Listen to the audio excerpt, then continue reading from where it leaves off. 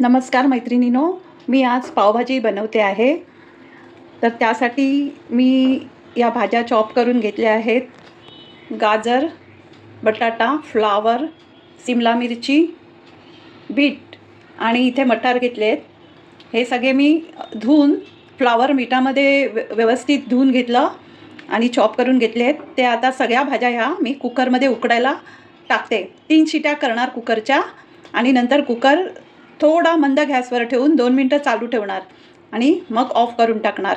पुढची प्रोसेस मी तुम्हाला थोड्या वेळा दाखवते. हा कुकर ठेवला आहे. ह्याच्यात मी एक एक करून भाजी टाकते.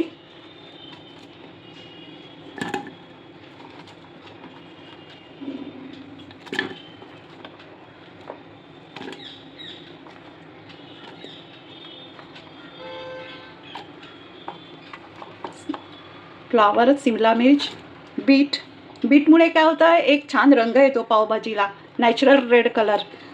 जो स्ट्रीटवाल्यांच्या पावभाजीला ते लोक आर्टिफिशियल कलर घालतात, पण आपण बीट वापरलं तर त्याला नॅचरल कलर येतो. शिवाय त्यामध्ये आपण काश्मीरी लाल मिरची टाकतोच पावडर, त्यामुळे सुद्धा पावभाजीला नॅचरल रेड कलर येतो. आता या थंडीमध्ये सगळ्या भाज्या उपलब्ध असतात.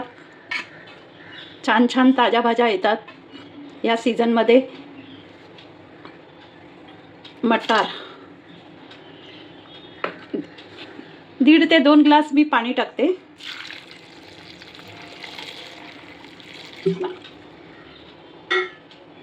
आणि कुकरचं झाकण लावून घेते.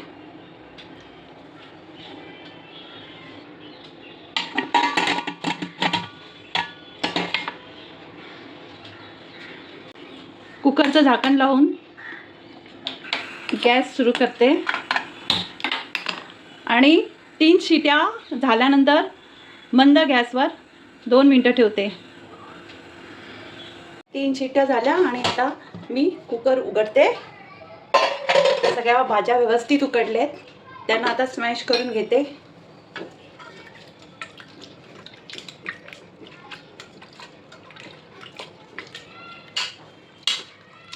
बीट टाकल्यामुळे छान लाल रंग आलाय.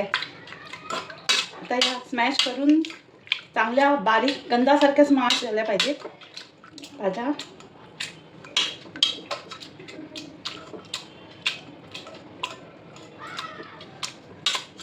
मी एका साईडला स्मॅश करून घेते आणि कढई गरम झाल्यावर त्यात तेल, थोडंसं 1 चमचा तेल आणि बटर टाकते.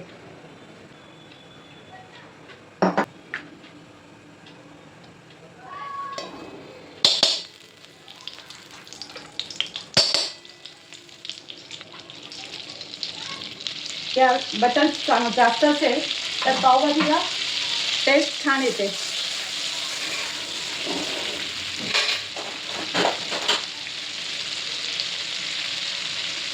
थोडं जिरं टाकूया.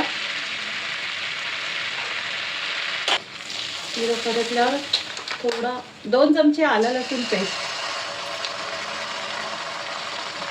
चांगली परतायची, त्याचा कच्चेपणा गेला पाहिजे.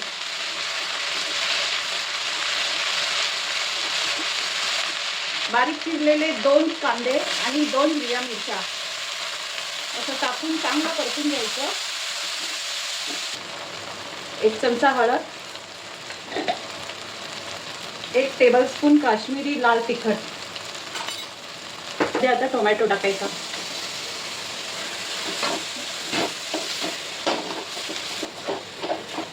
काश्मीरी लाल तिखट टाकल्यामुळे छान लाल रंग येतो आणि आपण भाज्यांमध्ये बीट पण टाकले, त्यामुळे भाजीला सुंदर लाल कलर येणार.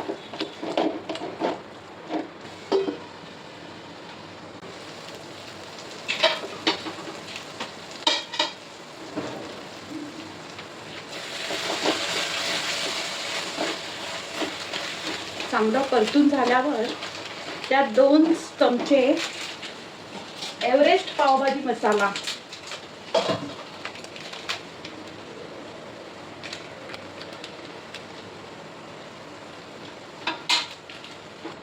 चवीपुरतं मीठ टाकायचं.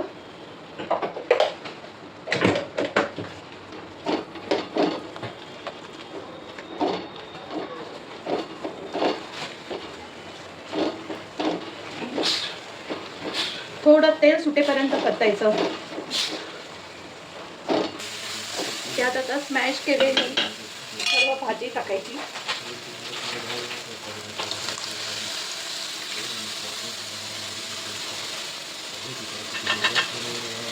चांगलं परतून घ्यायचं.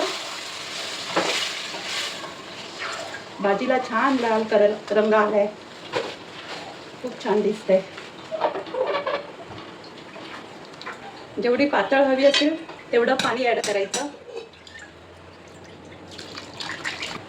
तुम्हाला जेवढ्या प्रमाणात पातळ हवी तेवढं पाणी ॲड करा.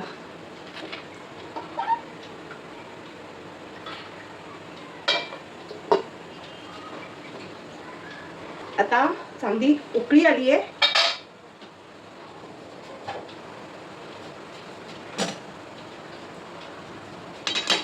भाजी ढवळून घेऊया. ही भाजी उकळत असताना बाजूला ब्रेड पण गरम करते. थोडी चवीपुरती साखर टाकते. परत एकदा ढवळून घेते. झाली आपली पावभाजी तयार. गॅस बंद करते आणि वरून थोडी कोथिंबीर शिवरते. तर आता थोडं बटर टाकते.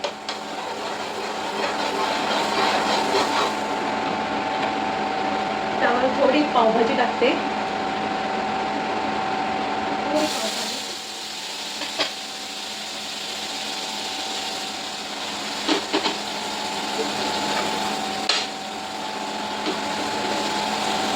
थोडासा पावभाजी मसाला.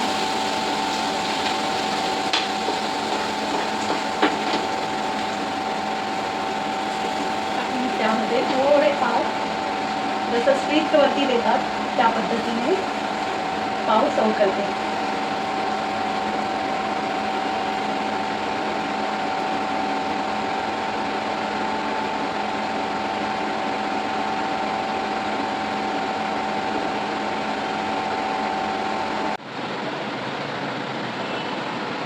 गरमागरम पावभाजी रेडी.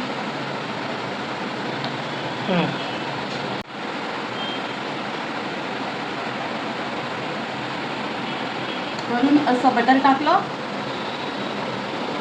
आणि असा तुकडा उचलून असं खाऊया.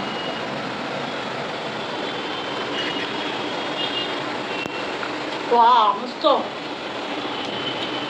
Thank you for watching my recipe. माझ्या रेसिपीला लाईक, शेअर अँड कमेंट करा. सबस्क्राईब करा. थँक्यू. धन्यवाद.